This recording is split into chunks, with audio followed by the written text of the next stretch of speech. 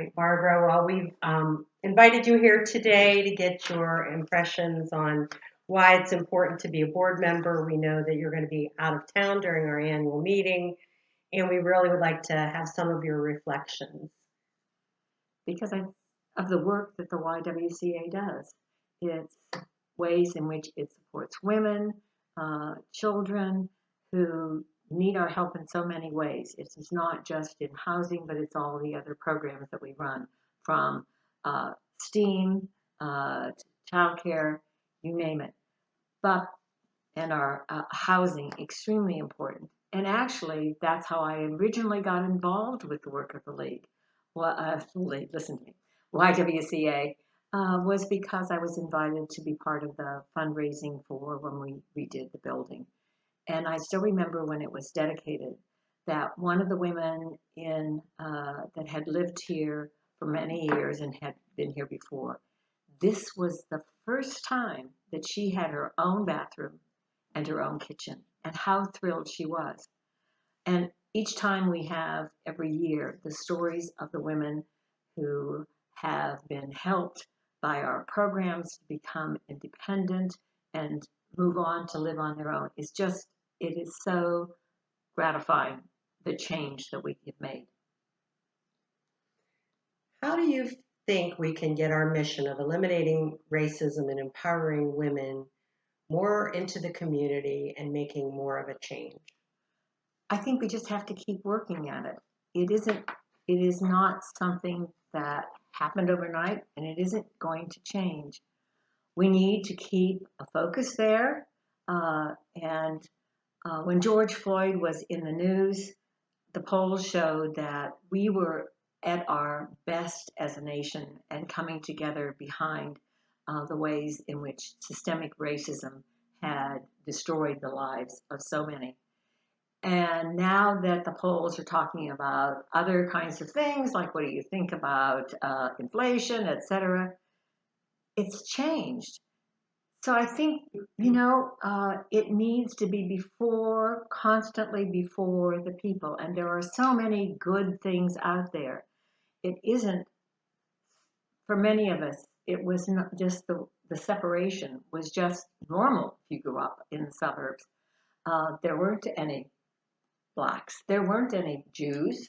And you just sort of took it for granted that this is what people elected. And for me, knowing the historical facts, Michelle Alexander's book, besides the things that I had read when I had read Baldwin and the literature and the like and got ready to teach an upper bound class in the 60s, same time that the Martin Luther King things were doing. And I figured I needed to learn about the lives of those that were so different from me. And the way I had was literature. And at that point, a student actually said to me about the James Baldwin book.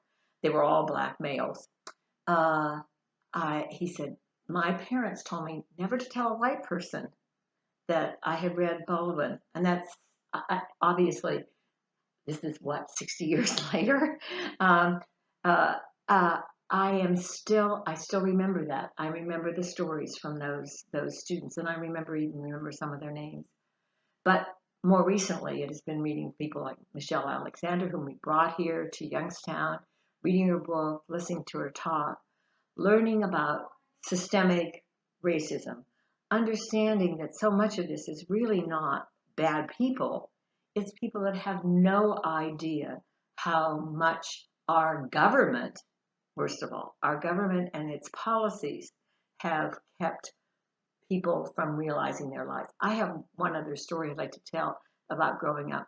It is only like after reading Rothstein's The Color of Law that, having grown up in Austintown, having an uncle that was a GI veteran from the Second World War who lived in one of the Cosmo houses off of Mahoning Avenue.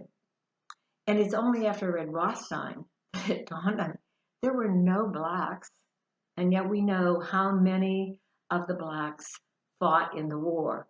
And not a single one in my graduating class, not any in Austintown. And you just didn't think of that. And so I think it's important that we keep putting things before them, not that make people feel guilty, but make them want to change things so that everybody can be treated as a human being and with the protections that they should have from our government to lead productive and fulfilling lives. Well, you're always inspiring, Dr. Brothers, and we will miss you at our annual meeting. But we also wanted to bring you here today to let you know that you have been chosen as our board member of the year. And one of our board members who selected you said not only is Barb always present at the YWCA board meetings with helpful comments and questions, she's a supporter both financially and with her presence of the YWCA programs. She donates to and attends every women's art show and always at the center of the table at the Power of the Purse, donating and drawing in others to that event. And she's often modeled at the International Women's Day dinner. For that and many other reasons, you've been selected by your peer board members for this year's honor. We will miss you at the meeting, and we will send your certificate and gift in the mail. The award means a great deal to me.